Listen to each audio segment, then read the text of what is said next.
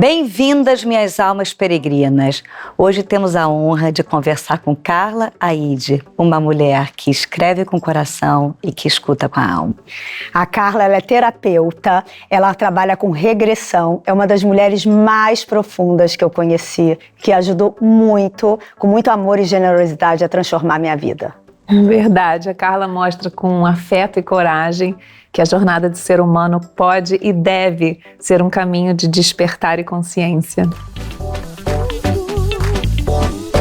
Somos almas peregrinas viajantes. Uma viagem para dentro? Ou é de dentro para fora? Obrigada por ter vindo, Carla. Gente, eu estou muito feliz de estar aqui com vocês, porque eu acho que existe uma necessidade atual do que vocês estão fazendo. Eu sou de uma época, né, quando eu comecei, não existia ciência comprovando nada disso e nada era dito.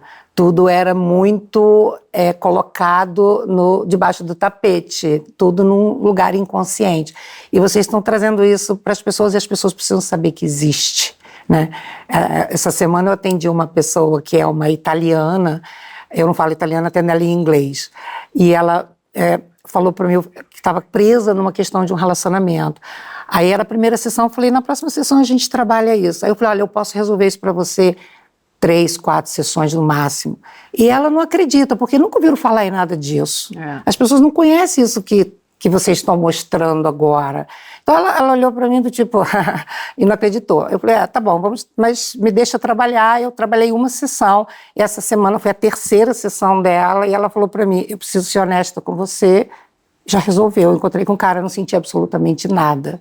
Em uma sessão. Então as pessoas precisam saber que hoje você não precisa fazer 10 anos de análise, não desperdiçando e não desvalorizando a importância do senso de conhecimento, de percepção e transformação disso. Mas que hoje a gente tem outros processos para quem está buscando outras coisas nesse sentido. Existem outras ferramentas, né? Existem. Que ajudam, né? Eu acho que pode caminhar junto, né? Vai complementando. Esse que fica mágico o trabalho. E você acha, Carla, que a gente pode, com a regressão, curar dores que a gente nem sabe que a gente carrega? Nossa, com certeza. E, na verdade, a ideia da regressão é a gente buscar onde está a origem disso. Para algumas pessoas, a origem está no ano passado e ela não sabe o que aconteceu. Eu tenho isso, eu estou me sentindo assim, essa dificuldade, mas eu não sei o que causa isso. Então a gente entra com as técnicas de regressão para descobrir a raiz disso, a origem disso, onde isso começou na vida dela. Mas a gente sabe também que não adianta você lembrar do que aconteceu com você no passado para você se curar. Eu me lembrei que eu tenho medo do mar porque quando eu era criança eu caí de um barco e quase me afoguei. Mas lembrar não te cura. Então você precisa tratar. Muita gente pensa que regressão é lembrar, né? Mas durante a regressão você trata ou você trata depois de ter acessado a informação? Não, durante. Na hora que você vai acessando aquilo, você já vai tratando aquilo. O que pode acontecer é que, às vezes, tem várias camadas associadas. Sim. Por exemplo, a pessoa pode associar... Porque eu trabalho em 5 níveis. No físico, no mental, vou explicar, no emocional, no energético e no espiritual. Então, quando você faz uma pesquisa de um trauma ou de uma memória, de uma dificuldade, de uma limitação, eu gosto de trabalhar em todos esses lugares. Então, às vezes, você não consegue fazer tudo isso em uma vez que você vai lá. Mas aí você consegue descobrir, por exemplo, pode estar associado a uma memória dessa, que a criança se sentia abandonada, os pais não eram presentes, estavam bêbados, e eles não davam muita atenção, a criança estava com a babá olhou para o lado, ela caiu do bar. Então ela pode se lembrar, está associado a esse processo emocional. O medo do mar não está associado só à água, está associado ao sentimento de abandono. Então você tem que tratar esses processos. Ela criou crenças associadas a isso, que o mar é perigoso, que barco é ruim, que os pais isso, e ela criou várias crenças. Então você tem que trabalhar, a gente chama de crenças ou textos mentais. Então a gente tem que trabalhar dentro desse processo. Tem uma carga energética. Às vezes você pode levar 5 sessões para trabalhar uma carga energética, é um peso tão grande, que às vezes na primeira vez a sensação é de tão overwhelmed, é uma sobrecarga tão grande que aí você não consegue fazer mais nada com ela no emocional. emocional, porque você tem que esvaziar aquele processo energético. Então, eu entro com essa técnica, com essa técnica, com essa técnica, o que for precisando para ir tratando cada um desses aspectos para poder a gente chegar numa liberação completa, né? Eu vou falar do livro. Nesse livro eu cito 2 casos de regressão, porque hoje, antigamente, quando eu comecei, meu primeiro curso de regressão foi em 85. Então, assim, naquela época a gente fazia hipnose, trabalhei 7 anos com hipnose. Aí depois eu vi que não estava suficiente e procurei uma técnica que estivesse fazendo com a pessoa consciente. Eu desenvolvi uma, porque não tinha. E aí eu criei essa técnica, peguei aqui, peguei ali, peguei lá e montei um processo meu, que eu chamo de processo de percepção profunda, e faço isso levando a pessoa dentro desse lugar, onde a gente pode fazer, hoje a ciência prova, usando a plasticidade cerebral, que antigamente acreditava-se que, uma vez que isso foi registrado, não só no cérebro, mas também na amígdala, que é uma coisa que tem no cérebro, em que grava essa parte emocional, aquilo gravado era para sempre. Então, assim, você pode provar com as curas que são feitas, 100% de cura, em muitos casos, que você pode mudar completamente esse padrão. Como que é uma sessão de regressão? Como é que funciona, assim, o processo? Tem gente que tem até medo, né? Porque não sabe como é que funciona. Como é a sessão? O trabalho que eu desenvolvi, ele usa uma técnica de respiração. Então, essa técnica de respiração mantém a pessoa no poder do momento o tempo inteiro. Ela está acordada, ela está consciente, e eu falo para ela, eu preciso de você no controle. Se ela sai do controle, eu vou interromper a sessão, porque é o que eu te falei, tem carga emocional demais, tem carga energética demais, a gente vai esvaziar aquilo um pouco, na próxima sessão entra mais um pouquinho. É como se você tivesse uma mancha de tinta e você vem com uma esponja, tira um pouquinho, depois você tira mais um pouquinho, até que aquilo limpa completamente. Então você vai acessando com respiração o tempo todo? Tem uma técnica específica que você vai entrando com uma respiração específica, técnica específica para acessar.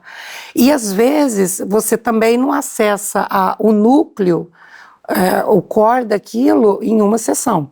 Você vai descascando, porque aquilo é protegido. Tem uma coisa que as pessoas não pensam muito, é que o medo, ele tem uma função. O medo foi criado para te proteger. Então, por exemplo, quando a pessoa diz, eu atendi uma pessoa que tinha medo de azul. Então ela fala assim, eu tenho um problema com a cor azul. Ela começava a sentir falta de ar com a cor azul. Então, medo de uma cor. Então você pensa assim, como é que você tem medo, né? Foi enforcado em alguma vida vestindo azul. Foi isso? Não é? Cor. Entendeu? Então, assim, a pessoa não sabe de onde vem aquilo, né? Então, quando a vez que você vai chegando naquilo, o azul protegia ela de sentir um sentimento que para ela era insuportável. Para ela, assim, eu não aguento lidar com isso. E muita gente fala assim, o cliente resiste. Eu não chamo de paciente, eu chamo de cliente. Assim, para mim, o cliente não resiste, o cérebro resiste. O cérebro tem um sistema lá do Homem das Cavernas, que a gente tem o mesmo sistema, que ele diz? O tigre comeu o homem. Então, o tigre é perigoso. Então, se o cérebro não registrar isso, o tigre tinha destruído toda a humanidade. Entendeu? Então, o cérebro diz, isso é perigoso, não se aproxime disso. Só que ele não deixa você se aproximar nem de alguma coisa que te lembre o tigre. Então, o que ela fez? Ela registrou o azul. Né? Então, assim, não se aproxime de nada que te lembre isso. Mas ela não sabia o que era isso. Aí, na regressão, se é tão resistido, se é tão sofrido, e se tem tanto não interno para isso, como é que eu vou chegar lá? Não, eu não vou chegar nesse lugar. Então, você tem que ir, sabe, esgueirando ali, você tem que ir devagarzinho, ele tem que ir sentindo que ele pode lidar. Então, eu faço muito uma coisa que é assim, eu coloco a pessoa dentro da dor e tiro ela de dentro da dor. Eu tive uma cliente que dentista, que ela tinha pânico. Então, quando ela respirava, ela sentia o pânico, porque a memória emergia. Aí, eu tirava ela daquela sensação. E ela, insuportável. Vamos sair disso. Aí eu dou uma outra técnica para tirá-la daquilo. Eu levo de 20 a 30 segundos para tirar a pessoa daquela emoção. Aí tiro ela daquilo. Agora ela se sentiu, como é que você tá? Tô ótima, tô ótima. Eu falo, vamos encerrar hoje. Aí na próxima sessão eu vou de novo. Aí fui de novo. Aí quando chegou ali ela falou, pânico. Eu falei, deixa eu tirar você de novo. Aí ela falou, podemos entrar de novo? Ou seja, o nível do pânico, vamos pôr, de 0 a 10, já estava a 7. Aí ela já entrou de novo na mesma sessão. Tem a possibilidade de retraumatizar com regressão? Porque algumas terapias hoje falam muito sobre isso, né? Do cuidado de você não retraumatizar aquela pessoa quando você vai acessar algum trauma. Eu acho isso uma pergunta muito importante, porque eu já peguei pessoas que fizeram regressão e que ficaram pior. Então, pois é. O que que acontece? É o que a gente começou falando. Se você entra numa memória e não trata, aí, por exemplo, a menina do azul, por exemplo, acho que, se não me engano, o pai foi embora, abandonou a família e ele estava com uma mala e ele estava todo de azul. E ela só lembra dele com aquela mala indo embora, com aquela roupa, ele estava com um terno azul. E ela ficou com aquela... Em vez de sentir a dor da perda do pai, ela ficou com medo de azul. Então ela substituiu, né? E aí assim ela conseguiu suportar aquilo. Então, se a pessoa traz aquela memória, a pessoa sofre aquela dor, né? Quando a gente fala de vidas passadas, eu não mando uma pessoa para uma vida passada, eu mando ela para o núcleo da questão. E algumas pessoas vão para vidas passadas. E aí, quando ela chega, por exemplo, em vidas passadas, quem assistiu Game of Thrones, vidas passadas é Game of Thrones, né? Eu que dou regressão há 40 anos, né? Eu amo. Vida passada, você vê cada coisa que, assim, você fala assim, não é possível que isso existiu, entendeu? Então, foi muito violento nossa história, nosso passado de humanidade, né? Foi muito violento. Até Jesus chegar com ame ao próximo, gostei do seu anel, cortava seu braço e levava a mão com um anel, né? Então, quando você coloca a pessoa dentro de uma dor daquela e você não tem treinamento e conhecimento para tratar, ela vai ficar com aquele troço pior. Né? Então eu já peguei, e também assim, quando eu pego um cliente que ele quer, muita gente me procura só para fazer regressão, e eles pensam que regressão é um turismo, né? Vou visitar aquele país. Só uma curiosidade, assim. E aí eu falo assim, cara, eu não faço isso, não é o meu trabalho, procuro outra pessoa. Porque você, às vezes, eu jogo primeiro a pessoa dentro da técnica para saber se ela tem essa capacidade de ficar presente. Porque se você entra, isso é demais para mim, eu não vou aguentar. Aí como é que você trata? Como é que ela segue a sua orientação para tratar? Ela não está estruturada. Então, primeiro eu dou condição para ela emocional. Eu não pego uma pessoa no fundo do poço para dar uma regressão. Primeiro eu estruturo ela, levanto ela. Ela está fragilizada e aí ela não vai ter condições de acessar aquilo, né? Exatamente. Ô, Carla, e o não pertencimento, ele pode impactar a nossa capacidade de amar? Você trouxe uma coisa muito profunda, Forte né? Também, né? Porque o não pertencimento é uma questão muito espiritual, né? A humanidade, a gente agora está vivendo a era de Aquário, né? Assim, a humanidade busca o pertencimento na anulação de si mesmo, né? E Aquário compensa a era de Leão.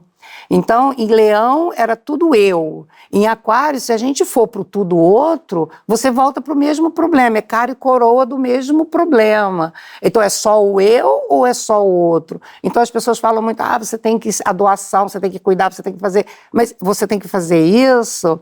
Tem uma carta do tarô do Crowley, que é o tarô de Tote, que ele coloca a carta de Aquário como uma mulher que ela está com a mão no Santo Graal, que é uma bola de fogo, e ela primeiro recebe e aí ela dá. Já no tarô de Marcélia, por exemplo, ela doa o tarô de Aquário, a carta de Aquário, ele doa com as duas mãos, ou seja, ele não está ficando com nada.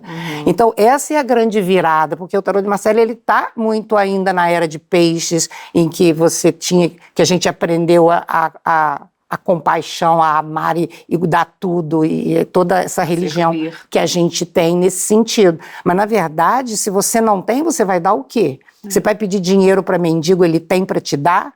Né? É aquela comparação da máscara de oxigênio, que eu sempre acho uma ótima analogia, né? De você primeiro bota a máscara em você, sempre. Até para os filhos. Depois você tem condições, até para os filhos.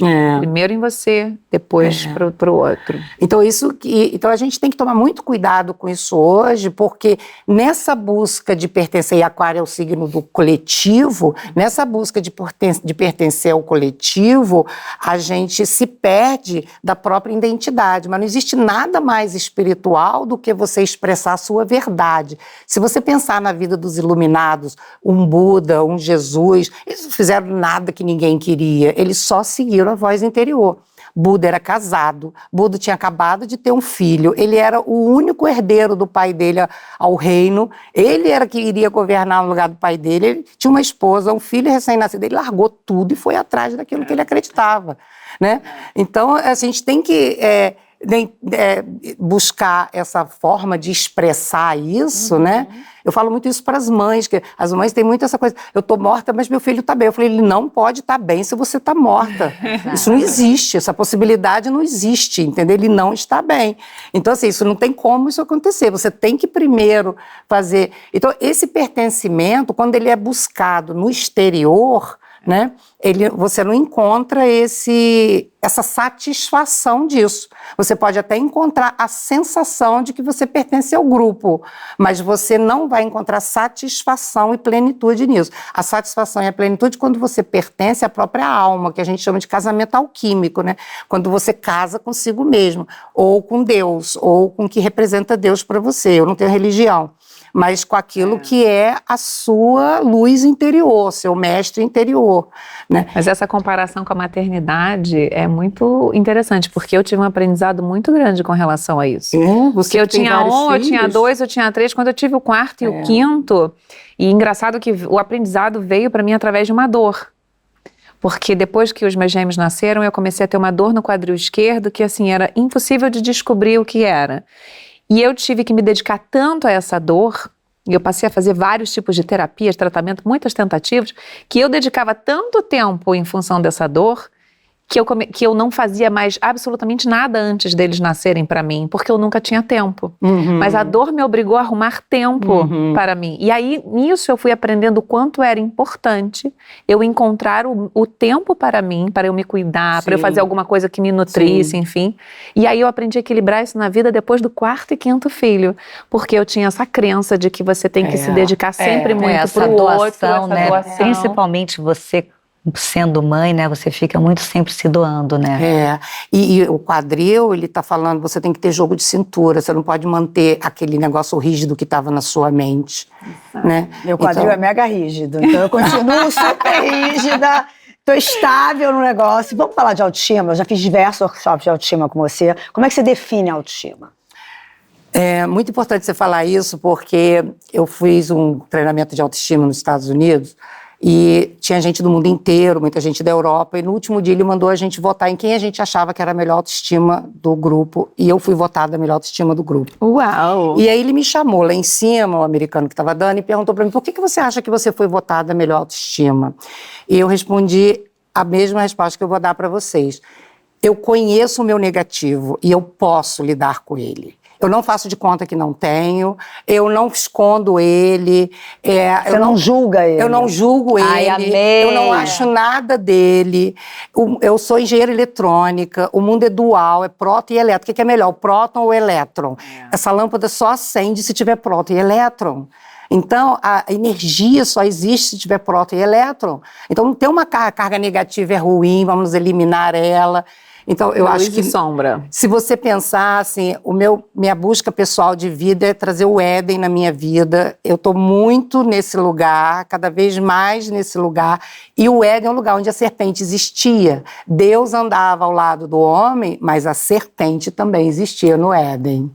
E no Éden existia também o fruto proibido, também estava no Éden. Então, não é que você não sofre a tentação no Éden. Você tem o fruto proibido. Você tem... Outro dia, uma pessoa falou para mim assim, ai, Carla, mas eu me irrito muito com esse tipo de pessoas. Aí eu falei assim, não é isso que você faz. O que você faz é se submeter à tentação de ir para a treva. Quando alguém quer me irritar, eu penso assim, por que eu vou para a escuridão se eu quero viver no Éden? Obrigada, não, dispenso, não estou afim, não. Agora, algumas pessoas confundem autoconfiança com autoestima. Muito bom. Autoconfiança, autoimagem e autoestima. Então, você pode ter uma imagem de você muito boa, às vezes eu atendo pessoas com uma imagem muito estruturada, mas quando você mergulha um pouquinho dentro delas, elas têm uma fragilidade muito grande, porque não criaram a estrutura. Até o processo de pertencimento dele mesmo. Você tem que pertencer a você para você ter autoestima. Você tem que... A autoestima, ela não é produto de... Eu acho até que a autoestima pode ser produto da autoconfiança, porque Às vezes as pessoas falam assim, hoje em dia as pessoas trabalham muito com o pensamento positivo. Eu sou uma pessoa muito positiva, mas ignorar o restante não vai resolver o seu problema. Então não adianta você olhar no espelho e dizer, você está se sentindo gordo e dizer, eu estou magro, estou magro, estou magro. Vai para academia, olha o que você come. Faz a sua parte. Né? Exatamente. Não é só ficar enganando e achando que você vai driblar. Que tá tudo bem sempre, A né? autoestima é produto de você ir lá e dizer, onde está a minha dificuldade? Né? A minha dificuldade é essa. Então, o que eu estou fazendo sobre isso? Ou o que eu posso fazer? Se eu não sei, deixa eu procurar alguém para me dizer o que eu posso fazer sobre isso. E a baixa autoestima? A baixa autoestima... Como que você identifica uma pessoa com baixa autoestima? A baixa autoestima, ela é uma pessoa que não encontrou o valor dela, ela acha que ela não tem capacitação. Então ela acha assim, eu não vou conseguir fazer isso, eu não vou conseguir fazer aquilo, eu não sou capaz, eu não dou conta. Então, mesmo, às vezes ela está fazendo, né? Às vezes ela está sendo uma boa mãe, mas ela está achando, eu não estou sendo uma boa mãe. E a baixa autoestima, ela vem muito também da comparação, porque você olha para fora, né? Então, em vez de você dizer assim, cara, eu tô ótimo. Não, mas eu atendi uma atriz, aí ela falou, ai, Carla, mas eu não sou a Fernanda Montenegro. Eu falei, graças a Deus, porque ela Somos tá únicos. velha e você é jovem. Você pode ser, mas você ainda ser ainda. Você pode ser. Mas eu falei, Mas é muito legal você trazer isso, Carla, da comparação, porque eu acho que nos dias de hoje, com a mídia social, acho que a autoestima dos jovens hoje é uma questão, né, que aí acho que também caminha agora junto com a saúde mental muito por conta disso. E talvez uma coisa vai puxando a outra, né, puxa a ansiedade, a depressão, que às vezes vem até por conta desse caminho de autoestima, porque a comparação é um grande veneno para a autoestima, né? E eu acho que também para a autocrítica excessiva, que também vem da comparação normalmente. Tipo, eu não sou boa o suficiente. Também... Aquela pessoa está fazendo isso, isso e isso. Mas aquela pessoa não é você. Qual é o seu potencial? Eu atendo um rapaz jovem, ele mora na Inglaterra, e a mãe dele é uma pessoa com um potencial de realizar absurdo. E aí ele olhava e eu não sou nada, então ele não fazia nada, porque eu não vou ser isso, então eu não vou ser nada. Então quando eu fiz o mapa kármico dele, eu descobri o potencial dele, era todo em cima da espiritualidade. Aí eu comecei a trabalhar isso com ele, outro dia ele falou para mim assim, e ele muito difícil, ele esquece a sessão, porque ele estava totalmente fora de si, então ele não pertencia a nada, né? Totalmente. Ela lembrou de alguém. Não, mas não lembrou de alguém. Completamente diferente. Não conseguia chegar nunca. Mas a minha questão é outra. Eu ligava para ele para a sessão, eu estou no meio do parque aqui na cidade e tal. Aí eu esqueci que eu tinha sessão. Aí a gente fazia ali. Eu falei, não, então vamos fazer aí, o que dá, senta aí debaixo de uma árvore e tal. Aí a gente foi fazendo isso. Aí outro dia ele falou para mim assim, a Carla, eu não vou poder fazer no dia tal. Eu falei, então você quer deixar para semana que vem? Não, a gente pode ir outro dia, porque eu estou me tornando uma pessoa melhor. Então ele está tornando uma pessoa melhor para ele, agora com a referência dele, não mais da mãe dele com a referência dele, para ele. Sim. Então ele começou a encontrar um motivo para fazer as coisas, sabe? Ele está querendo agora fazer isso, quer terminar aquilo. Então isso vem da realização. Você não adianta olhar no espelho, você tem que realizar, não é realizar o que os outros realizam, porque cada um tem um caminho aqui. Pessoas que desenvolveram coisas no plano material em vidas passadas não precisam desenvolver coisas materiais de novo nessa vida. Que legal essa coisa do olhar do filho para o pai e para a mãe, exatamente. né? Porque às vezes é uma grande referência e muitos filhos às vezes querem seguir os passos dos pais. E fica na frustração. Ser validado pelos pais, né? E seguir os passos mesmo, porque às vezes não é muito comum pai médico, filho médico. Às vezes pai advogado, filho advogado. E às vezes a natureza, o karma, a missão daquela pessoa nem está relacionada àquilo. O talento, a pessoa não consegue enxergar seu próprio talento porque fica muito referente, né? Aquilo que ele tem dentro de casa, aquilo que ele viu a vida Isso é uma grande inteira, limitação, né? É É. uma limitação total mental, assim. Eu pego muita gente, assim, porque ele não tem identidade, ele não pertence a ele não pertence a nada, porque ele não se tornou o outro, então ele não pertence a nada, ele é um barco à vela no meio do mar. Vive na sombra da família, do pai, da mãe. Para onde o vento leva, ele vai, e isso cria um sentimento de desconexão com a vida. Qual aí, o seu propósito, né? A pessoa fica sem sem saber. também, porque ela não tem... Eu vou colocar essa vela desse barco, esse leme, para que lado? Ele não sabe para que E lado. é uma fase difícil, né? A fase jovem, né? A fase de você se descobrir, né? Ver o que você realmente quer na vida. É uma fase muito difícil, né? Gente, você sabia o que você queria na vida quando você era jovem? Não, até hoje eu acho que eu não sei. Muito bom. Eu quero tudo. Não, mas é porque eu acho que tem um pouco, a vida às vezes nos leva também, nos guia, né? Não é só a gente que tem que tentar entender, às vezes a gente tem que deixar fluir um pouco o que surge, né? É verdade. E, gente, escolher profissão com 17 anos é insano. Exato. A única coisa que você fez na vida foi sair com os amigos, entendeu? Viajar. Quando eu escolhi profissão, eu tive que escolher profissão em 77. Então, na época, eu tinha análise, eu fazia análise já. Então, só tinha análise, né? Eu não queria ser analista, eu não gostava do que faziam comigo. Eu falei, eu não quero fazer isso. Eu me sentia culpada, eu já entendi o problema, não consigo mudar, eu me sentia culpada. Então eu falei, cara, eu não vou fazer, eu queria fazer psicologia, mas eu desisti. Aí eu falei, vou fazer engenharia. Aí eu amei engenharia, fui trabalhar com acústica de aeronaves, fiquei internacional, apresentei trabalho no exterior.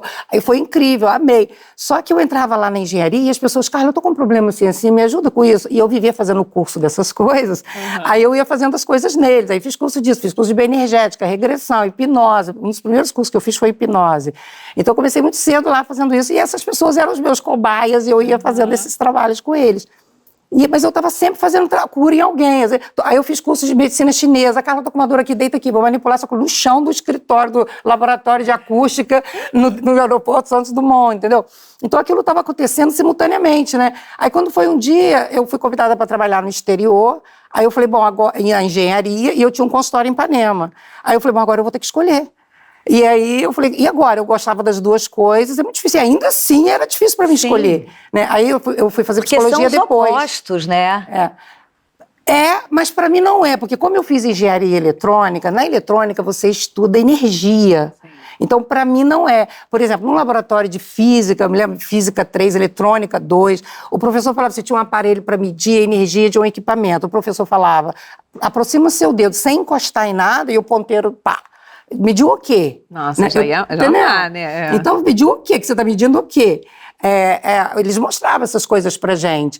Hoje você tem física quântica explicando, mas naquela época não tinha. Eu dei uma palestra na Embratel nessa época, lá nos anos 90, e eu dei uma palestra sobre meditação, explicando que a gente é uma antena, o nosso corpo é uma antena. Eu estou falando isso como engenheira, tá? O nosso corpo é uma antena. Então, se você foca um pensamento, não muda. A gente tem 50, 60 mil pensamentos por dia. Isso é ciência. Então, como que um pensamento vai mudar? Outro dia eu fiz até um vídeo no Instagram, eu falei isso, falei, gente, não adianta. Um mantra, eu só penso, eu falei, não adianta, é só um pensamento em cima de 50 mil em um dia. Você tem que falar, você tem que vibrar. Você tem, por exemplo, na acústica... Tem que repetir, por isso você tem que repetir, tem que vibrar. A acústica, ela é uma parte da física mecânica. Não, e já se sentir naquele lugar, né, onde você quer, né? Som né? Exato. Isso. O som para vibrar, ele tem que bater, por isso que não tem som fora do planeta, porque não tem o ar tem que ter uma coisa sólida para ele vibrar. O nosso corpo é essa coisa sólida para vibrar. O nosso cérebro, ele é um gerador de eletricidade na ordem de milivolts.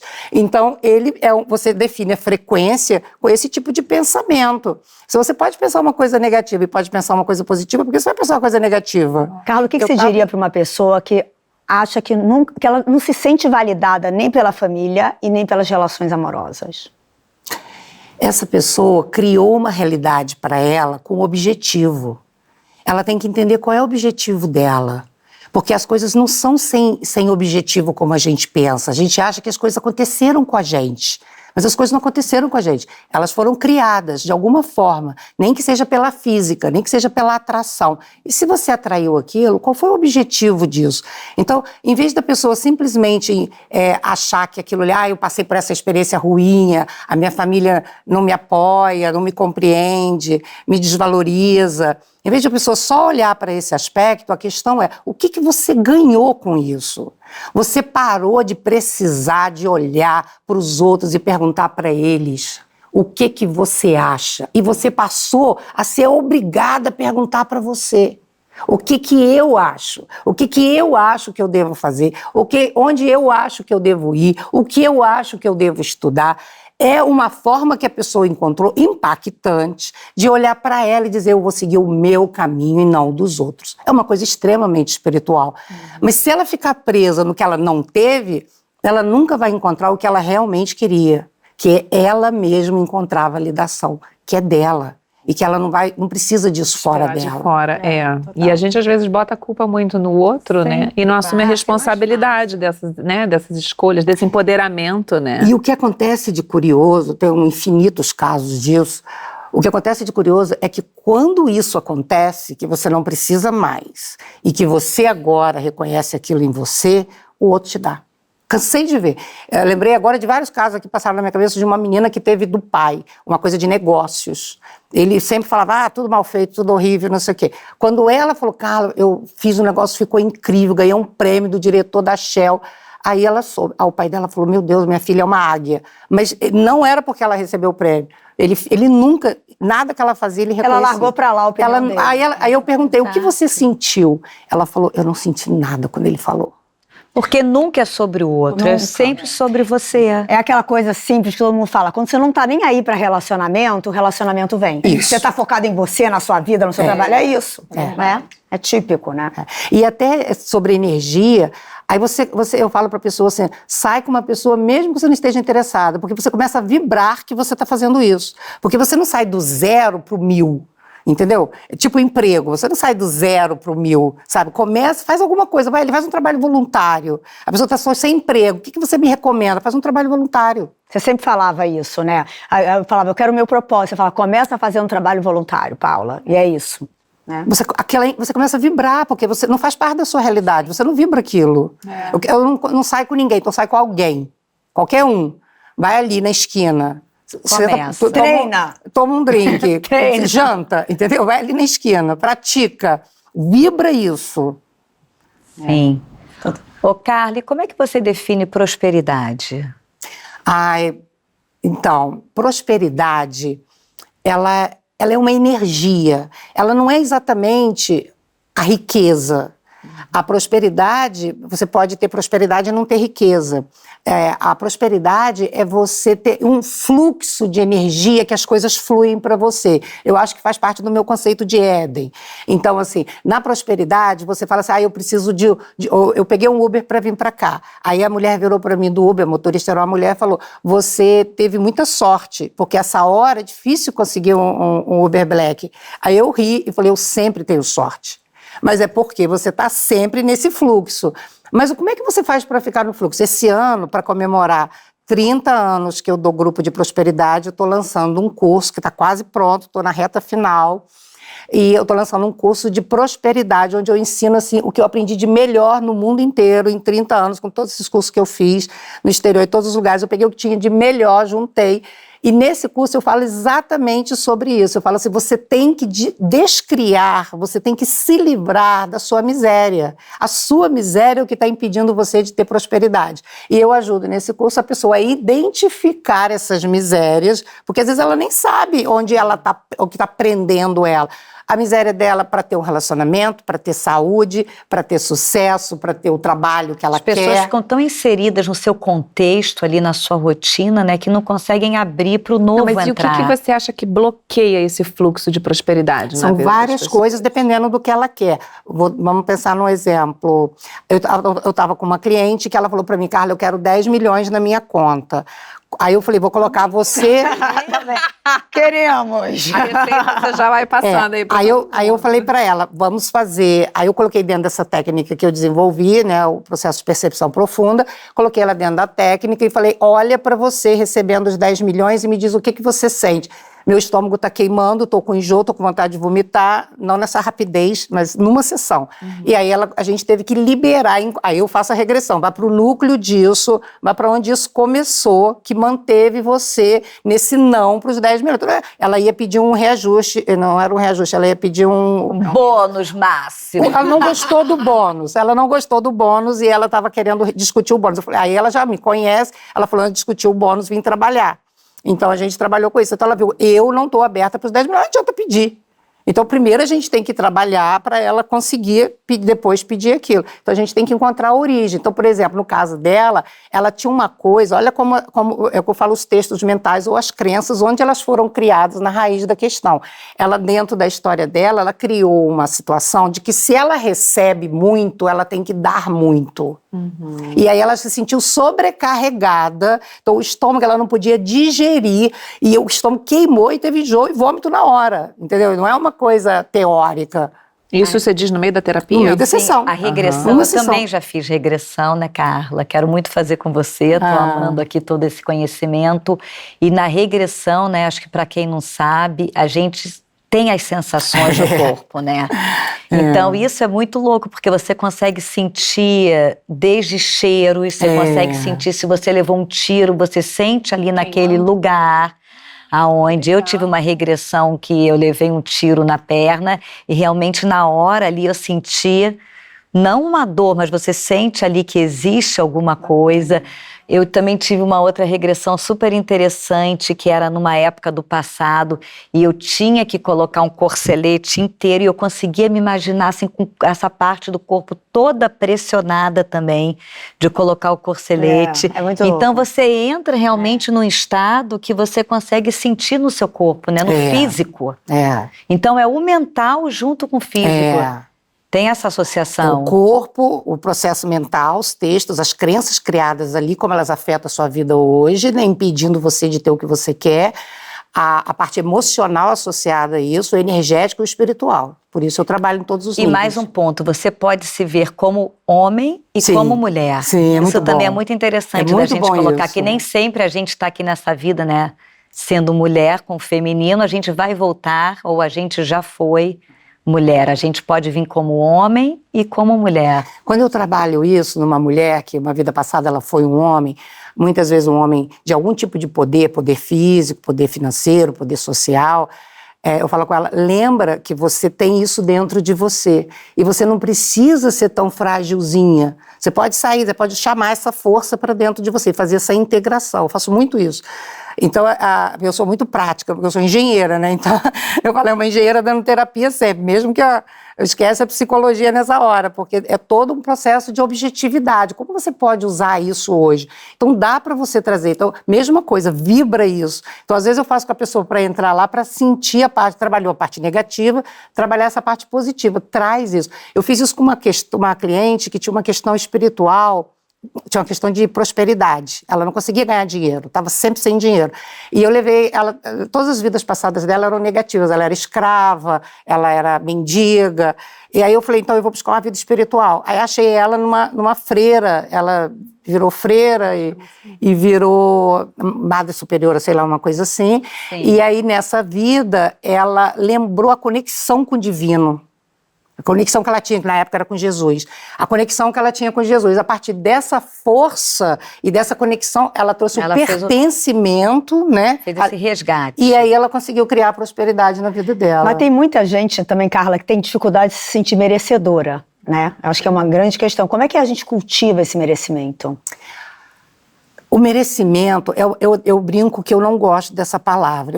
Eu falo para as pessoas, nunca diga eu mereço isso. Sempre que você diz eu mereço isso, você vai fazer uma coisa errada para você.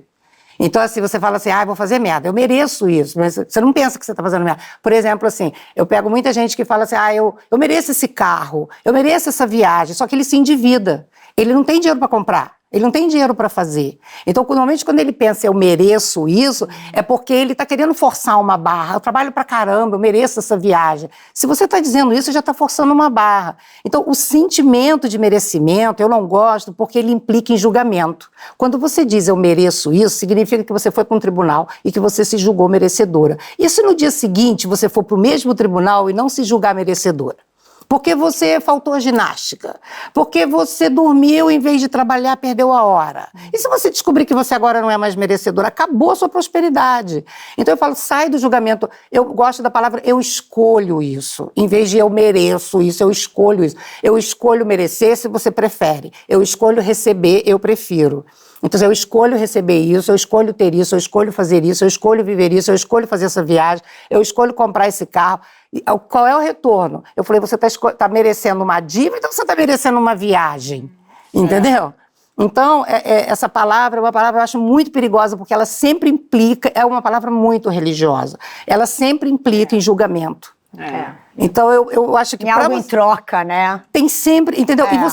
E voltamos para aquele lugar, você nunca é bom bastante porque você é dual, você vai, em algum momento, você vai... Aí é a questão da autoestima. Em algum momento você vai viver uma coisa negativa e você vai perder a autoestima de novo e o valor de novo. Essa coisa que você falou é interessante, porque se acontece algo que é ruim, que às vezes acontece na vida, você merece aquilo também? Exatamente. Ou, né, você só merece o que é bom, ou você merece o que é ruim, não é uma questão de merecimento ou não, né? Não é.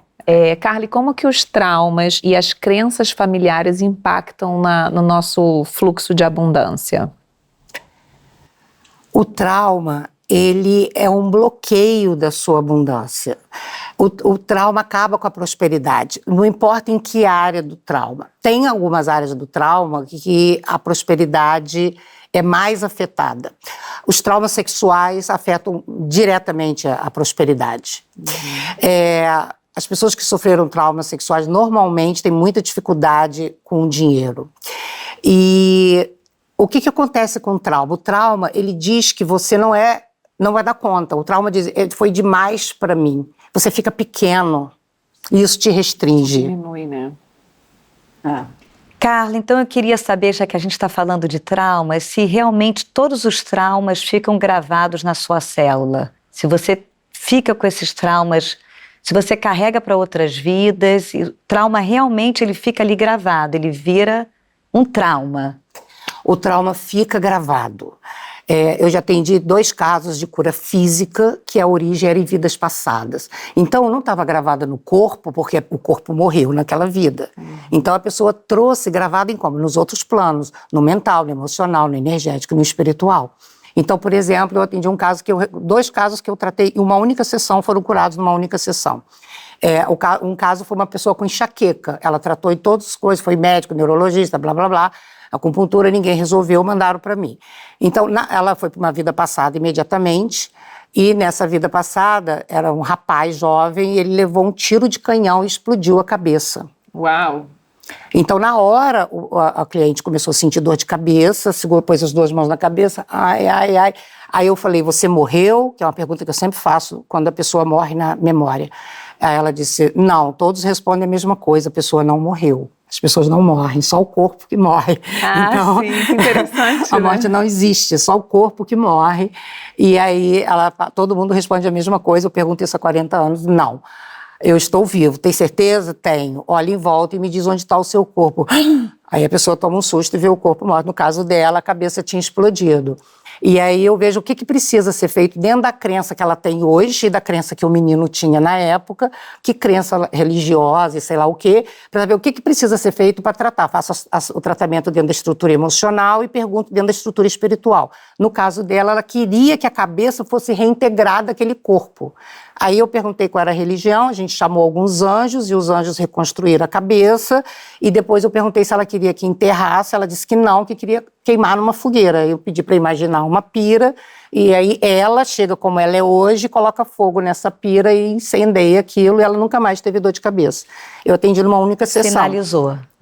Então a memória, ela vem para o corpo e muita gente fala para mim, eu não tinha nada e de repente eu comecei a ter isso. É porque alguma coisa aciona a memória, é um gatilho. Um trigger point. Isso é muito legal, nós somos muito mais do que o corpo físico, né, gente? A gente tem que ter sempre cada vez mais consciência disso, exatamente. E por isso tem que trabalhar em todos os níveis. Sim. Carla, você poderia compartilhar com a gente alguma prática que possa ajudar a fazer esse fluxo de abundância fluir na vida da gente, das pessoas, para as pessoas de repente fazerem em casa? Sim. Uma coisa que as pessoas podem fazer, eu gosto muito de ensinar coisas, porque isso dá autonomia para as pessoas. Então, meu Instagram está sempre, o tempo todo, eu estou fazendo isso. Eu acho que tem uma coisa muito importante que é você gerar dentro de você uma percepção do que é positivo, em vez de ficar focando numa percepção do que é negativo. E as pessoas se sentem muito impotentes e não usam o espiritual. Né? Naquele livro Conversando com Deus, Neil Donald Walsh, ele diz... ele pergunta para Deus, como é que a gente pode tornar a nossa vida melhor? Deus responde para ele, me usa. E ele também está falando isso fora de religião. Pedir e recebereis. É, isso, sabe? Então a pessoa não usa. Então, por exemplo, você entrou, tem um trânsito, fala assim, seres de luz, libera esse trânsito, né? Eu tenho uma cliente que mora no Leblon. Eu faço com vaga. Com vaga. Eu falo, Nossa Senhora das Vagas, vamos lá, eu tô super atrasada, eu faço direto. Né? A Paula, eu quero uma vaga na porta. A Paula tem vaga na porta, em qualquer lugar, qualquer hora. Com vaga. Então, é esse tipo de coisa. As pessoas acham que é só pedir para Deus aquelas coisas grandes. Não, a gente tem que colocar em pequenas coisas no dia a dia. São aqueles pequenos milagres diários. A vida é o dia a dia. Exato. A vida não é o lugar para onde você vai, não é o destino, a vida é o dia a dia. É o caminho. Mas tem que trabalhar um pouco também a aceitação do que é apresentado para você, porque tem que confiar também, né? É verdade. Porque às vezes a pessoa não pode entrar numa ideia de que ela também vai manipular o dia dela inteiro nessa, né? Tipo, libera o trânsito, arruma uma vaga, porque às vezes... Não, porque tem que, né, tem que equilibrar, senão as pessoas vão achar... É óbvio, exato. Eu tenho muito isso também, porque às vezes, quando não dá certo alguma coisa... Você para ali e eu pensa, falo, acho que não era para ser assim. Eu também tenho um pouco dessa mentalização, desse pedido, dessa confiança, mas eu também, quando não acontece... Mas aí você tem que ter 100% você tá alinhado realmente, né? Porque aí quando não acontece, você fala assim, não, é porque não era para ser assim. Exatamente. Mas eu vou pedir sempre. Isso. Se eu não receber, é porque era o melhor para mim. Exatamente. Mas que eu vou manter os seres de luz todos ocupados, vou. Em ação. Não, mas é exato. Eu acho que é bom também a gente ter esse reconhecimento de que quando não acontece é porque também não era... É confiar nesse sentido. Não, e aí outra coisa boa vai acontecer. No atendimento e no não atendimento, né? Mas pedir sempre. Carla, obrigada por estar aqui com a gente. É sempre uma honra conversar com você. Foi maravilhoso. Carla, eu amei. Quero muito ir lá conhecer esse seu trabalho. Se prepara que semana que vem eu tô lá. Eu adorei conhecer você, que eu não conhecia, conhecer as meninas. Foi um prazer estar aqui com vocês. Eu trouxe para vocês um livro que... Deixa eu mostrar.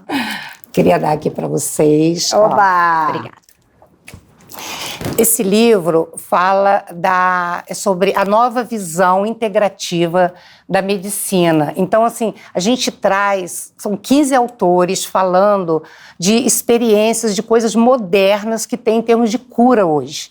Nesse livro eu conto um caso de mudança, usando a plasticidade cerebral e a amígdala, de cura física, do corpo físico, com regressão, e de cura de padrões emocionais e de prosperidade. Então, eu dou 2 casos explicando isso dentro dessa visão da medicina integrativa. A renda vai toda para a Sociedade Brasileira de Medicina Integrativa. Todos os autores doaram a renda. 100%? 100%. Ai, que legal. Olha, para quem está só escutando a gente, o livro é A Nova Visão Integrativa e Sistêmica sobre a Saúde e o Bem-Estar, da editora Anjo. Muito bom, maravilhoso. Lindo, Carla. E aonde Obrigada. que a gente pode te encontrar?